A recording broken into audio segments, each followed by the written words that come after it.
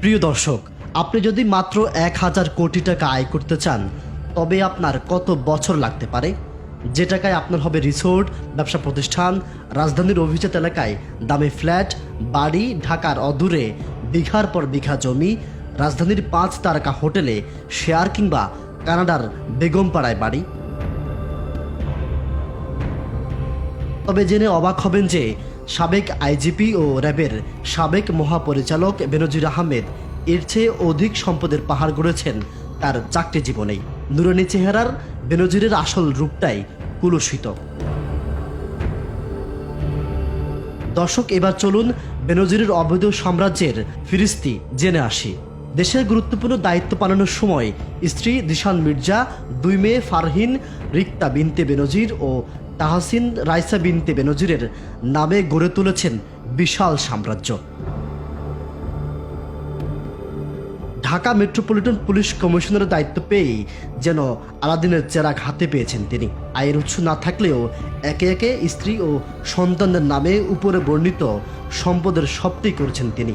বেনজিরের স্ত্রী সন্তানের নামে গড়া 6টি কোম্পানির 5টি নিজ জেলা গোপালগঞ্জে। জেলা সদরের শাহাপুরের বৈরাগী টোলে অবস্থিত প্রতিষ্ঠানগুলোতে বিনিয়োগের পরিমাণ 500 কোটি টাকারও বেশি। 600 বিঘার জমি কিনে বানিয়েছেন savanna eco resource and natural park.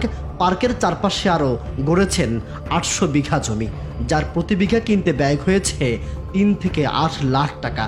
তবে অভিযোগ রয়েছে ভয় ভীতি দেখিয়ে এসব জমি বিক্রি করতে মালিকদের বাধ্য করেছেন বেনজির। রাজধানী লাগোয়া পূর্বাঞ্চলে বেনজিরের আরও রয়েছে 40 কাঠার সুবিশাল জায়গা জুড়ে ডুপ্লেক্স বাড়ি, যার বাজার মূল্য কমপক্ষে 45 কোটি টাকা। একই এলাকায় আরও রয়েছে 22 কোটি টাকা মূল্যের 20 বিঘা জমি। রাজধানীর মগবাজার আদ্দিন হাসপাতাল সংলগ্ন ইস্টার্ন প্রপার্টিজের একটি বহুতল ভবনে 4000 বর্গফুটের ফ্ল্যাট কিনেছেন। গুলশানের র্যাংকং আইকন টাওয়ার রয়েছে 8600 বর্গফুটের ডুপ্লেক্স অ্যাপার্টমেন্ট, যার বাজার মূল্য 17 কোটি 20 লাখ টাকা।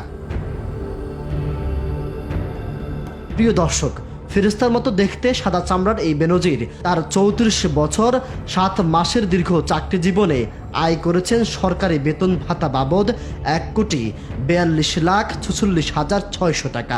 প্রাথমিক অনুসন্ধানে আমরা জানতে পেরেছি তার এই দীর্ঘ কর্মজীবনে কয়েক হাজার কোটি টাকা বিদেশে পাচার করেছেন। তাহলে এইবার বুঝুন, যেখানে দেশের মানুষ না খেতে পেরে নিজের সন্তান বিক্রি করে দেয়, ফুটপাতে ঘুমায়, সেখানে এই বেনজির আহমেদ লুটপাট করে হাজার কোটি টাকার মালিক হয়েছেন। দেশের খেটে খাওয়া সাধারণ মানুষের সম্পদ লুটপাট করে রাতারাতি বড়লোক বনে যাওয়া বেনজিরের উপযুক্ত বিচার এখন সময়ের দাবি।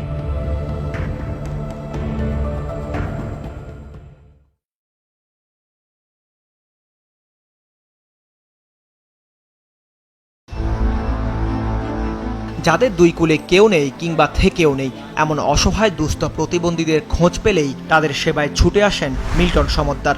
নিয়ে যান নিজের শিশু ও বৃদ্ধদের জন্য সেবামূলক প্রতিষ্ঠানে। এমন প্রশংসনীয় কাজের জন্য সামাজিক যোগাযোগ মাধ্যমে মানুষের কাছে মানবতার ফেরিওয়ালা হিসেবেও পরিচিত তিনি। কিন্তু এই মানবিকতার আড়ালে মিল্টনের বিরুদ্ধে আছে গা শিউরে ওঠার মতো অভিযোগ। 2021 সালের 3 মার্চ রাতে রাজধানীর মিরপুরের একটি ফুটপাতে অসহায় এক ব্যক্তিকে খুঁজে পান সেই এলাকার বাসিন্দা রনি মল্লিক। পরে জিডি করে পুলিশের সহায়তায় সেই রাতেই মিল্টন সমদ্দারের কল্যাণপুরের ওল্ড অ্যান্ড কেয়ারেজে দিয়ে আসেন তিনি। পরের দিন সেই ব্যক্তির খবর নিতে গেলে মল্লিক ও তার বন্ধুদের মারধর করেন মিল্টন ও তার বাহিনী।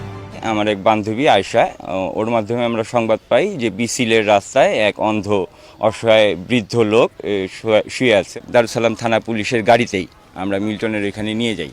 রাত্রে 3টার দিকে মিল্টনের এখানে নিয়ে যাওয়ার পরে ওরা ভদ্রলোককে রিসিভ করে রাখে।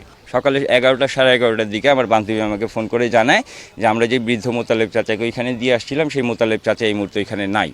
কোথায় গেছে, ওনার নাকি পরিবার খুঁজে পাওয়া গেছে, মিল্টনের হোম থেকে জানাইছে। আমার বান্ধবী জাস্ট মিল্টনকে জিজ্ঞেস করে যে ভাইয়া, আমরা যে গতকালকে লোককে দিয়ে গেছিলাম, সেই ভদ্রলোককে কোথায় দিয়েছেন, কার কাছে দিয়েছেন। এটা বলার সাথে সাথেই মিল্টন প্রথমে একটা পাঞ্চ করে আমার বান্ধবীর গায়ে। পাঞ্চ করেই গালাগালি করে বলে যে তোর বাপ তুই কেন রাইখা গেছস, তোর বাপরে তুই পালতে পারস নাই বলে আরও 2-3টা পাঞ্চ করা শুরু করে এবং ওনার ওয়াইফও গায়ে হাত দেয়। মিল্টনের এমন নির্যাতনের শিকার হয়েছে রাজধানীর মিরপুরের আরেক বাসিন্দা শামসুদ্দিন চৌধুরী। মিল্টনের আরেকটি আশ্রম সাভারের চাইল্ড অ্যান্ড ওল্ড কেয়ারেজের পাশের জমির মালিক তিনি।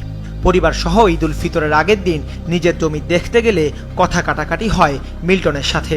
এক পর্যায়ে শামসুদ্দিন সহ তার পরিবারের সবাইকে আশ্রমের ভেতরের টর্চার সেলে আটকে রেখে তার বাহিনী দিয়ে নির্যাতন চালায় বলে অভিযোগ করেন শামসুদ্দিন।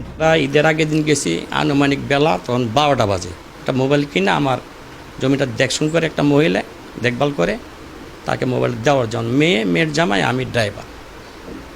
তা গাড়িটা আমরা রাখছি ওর জমিনের সামনেই রাখছি, বৃদ্ধাশ্রমের সামনে।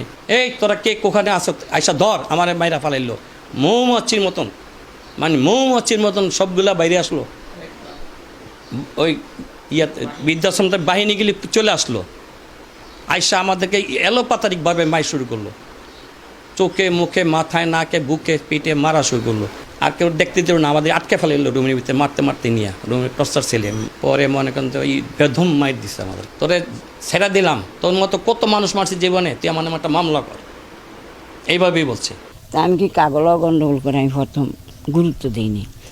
শুনি কি একার খুব হামগামা, আমি একার ফিটার হেন হারাই দিয়ে জোর দিছি, যাইয়া দিই 3জন ঘরের ভিতরে নিয়ে আটকে মারতে আছে, আর 10 জন না 15 জনের 40 মাঝখানে রাখিয়া খালি এরুমি দেখি আমি। স্থানীয়রা জানায় মিল্টন সমদ্দার মানব সেবার আড়ালে ভয়ভীতি দেখিয়ে অন্যের জমি দখল করে আসছেন। এছাড়া সাভারের আশ্রমের পাশের কবরস্থানে প্রায়ই অজ্ঞাত লাশ এনে দাফন করা হয় বলে জানায় এক প্রত্যক্ষদর্শী।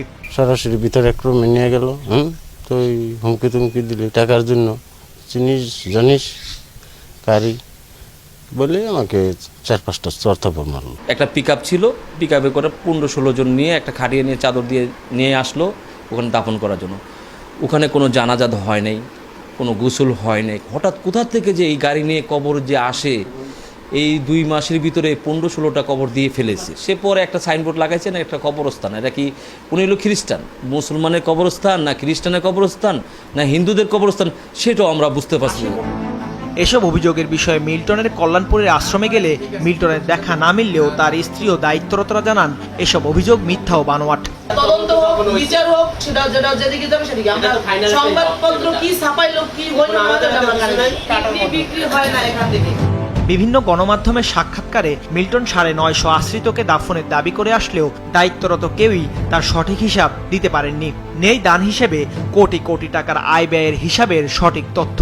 50 জন না, আমাদের কাছে 150 উপরে রিসিভ আছে, হয়তো 300, 350 150-200 মতন ডকুমেন্ট আছে। এই জমি দখল করে নেওয়া হয়েছে, এটা তো আপনাকে যারা বলছে বা আপনি যেটা শুনছেন এটা ভুয়া। মিল্টন সমদ্দারও তার প্রতিষ্ঠানের বিরুদ্ধে অঙ্গ প্রত্যঙ্গ চুরির অভিযোগও উঠেছে। তার বিরুদ্ধে এসব অনিয়ম ও জালিয়াতির অভিযোগ খতিয়ে দেখতে তদন্ত করছে সমাজসেবা অধিদপ্তর। দাউদ হাসান, মাছরাঙা সংবাদ, ঢাকা।